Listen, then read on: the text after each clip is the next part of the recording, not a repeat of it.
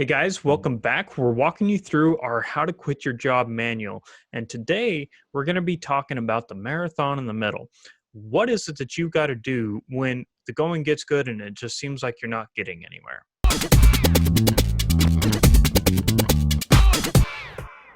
We call this the marathon in the middle because that's what it feels like. Once you kind of get the ball rolling on these and you get some traction and things start feeling like they're taking off, it just feels like you get into this marathon and things just start rolling. That's the middle. That there's a lot of work up front. Kind of got up and going.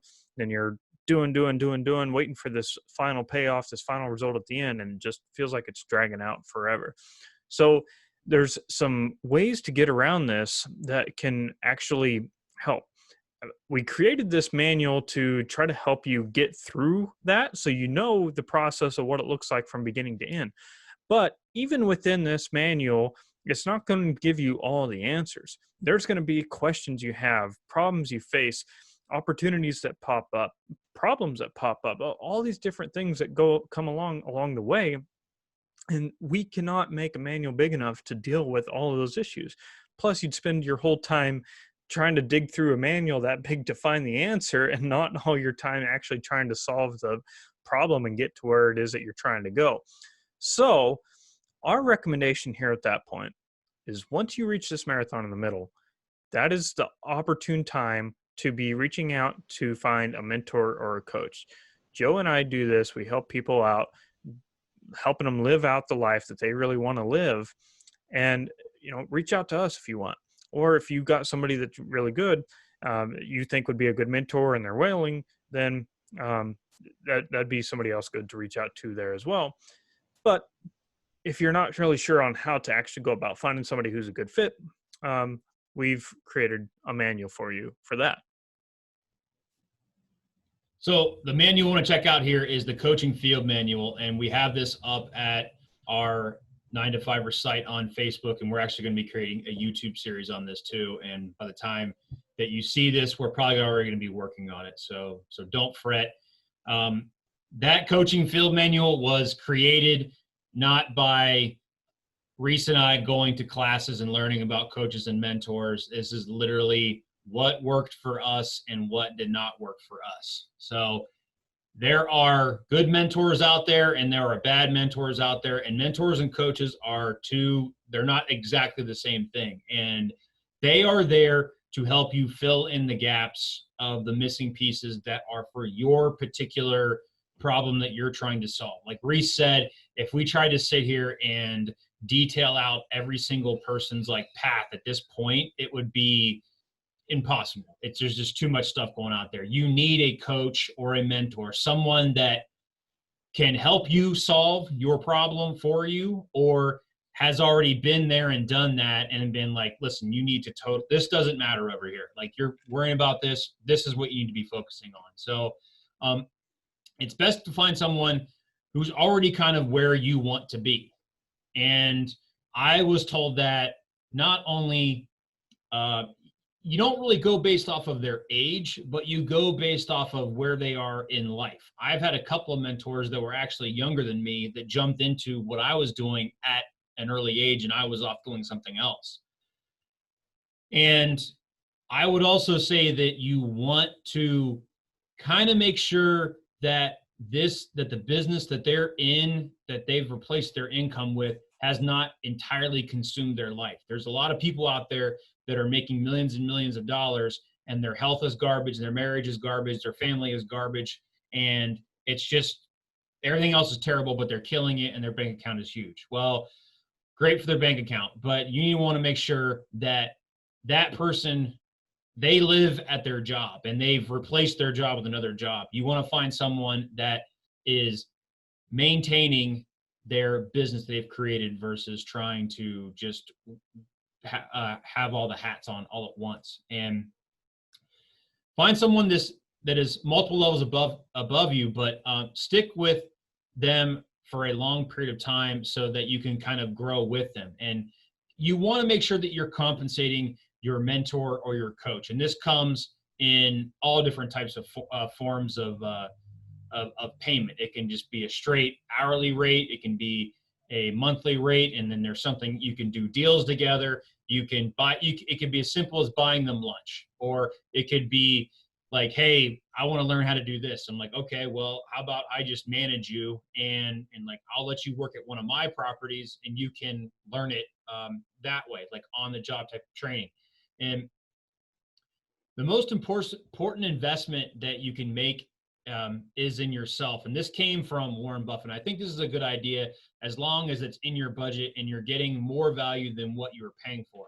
This can be as simple as, like I said before, buying them a meal, or the extreme of $10,000 a month with multiple coaching calls and one-on-one days, mastermind groups. The sky is the limit, and you can go the entire rainbow spectrum of what the payment situation is. But you're going to want to look at something, I would say, and Reese, you can counter, you can disagree with me if you want to on this, but I think the payment should be slightly out of your comfort zone to where it kind of hurts a little bit, so that you take the mentoring seriously. And the payment, now I'm also saying that they need to back it up with, if you're paying them $1, they need to be paying you $2 back in value in education. But if it doesn't sting, then a lot of times you don't take it seriously.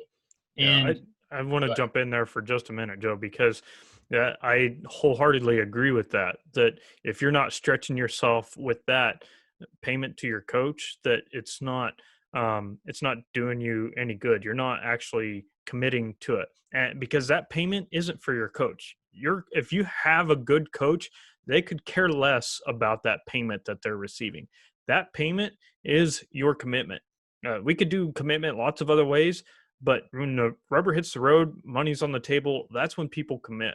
So whether it's a large upfront fee, we've got friends who've paid $50,000 for coaching, and I'm not even exaggerating. That's prices they've paid, and maybe it was worth it, maybe it wasn't. But once they did that, they were committed. So that I just want to say I wholeheartedly agree that you want to stretch yourself a little bit. Yeah, absolutely. And what Reese, you might have keyed in on what Reese said there and maybe completely disagree with it. And that was, the payment isn't for the coach.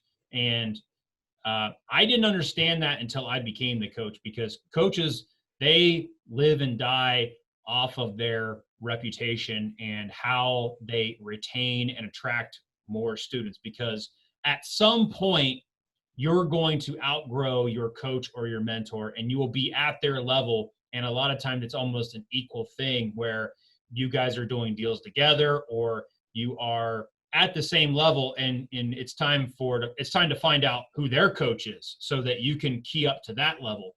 And you, as a coach, I've seen mentors and coaches come and go. And when they come and they go, they're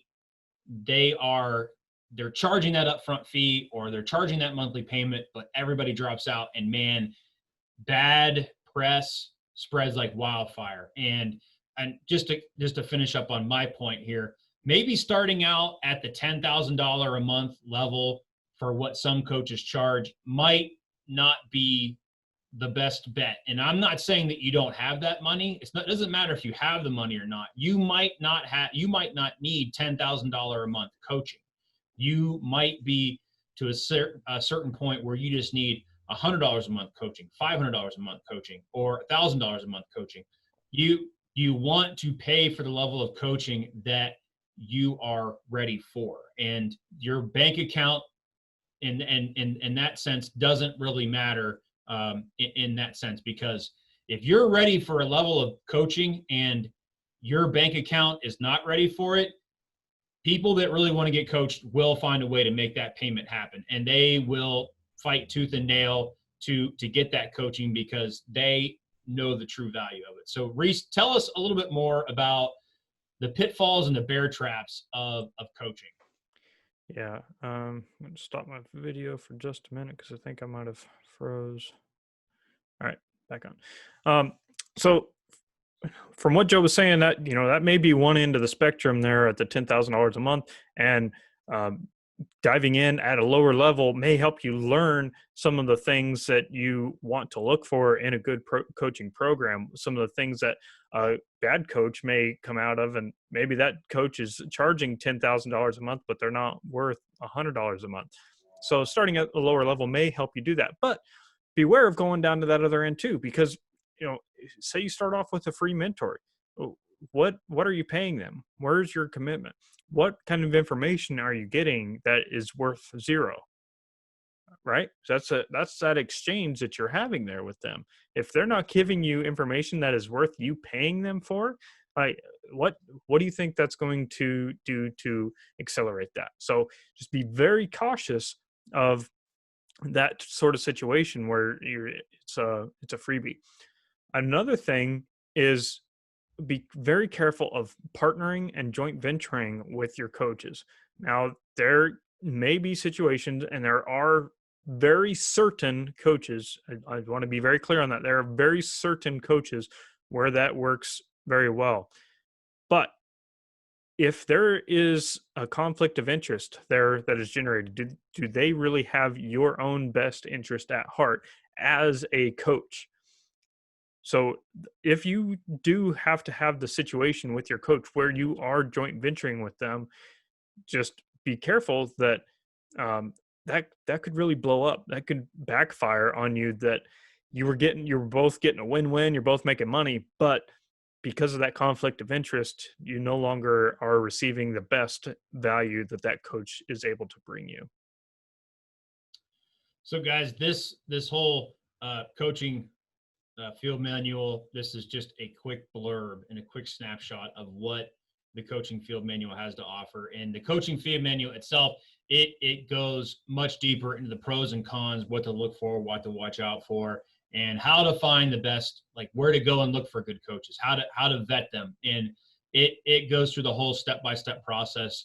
And it's just that this came up at this point of our presentation, and we needed to throw it out at you. So definitely finish the field manual, how to quit your job. But I would say that when you're ready for a coach, definitely check out our free field manual on coaches and how to find them.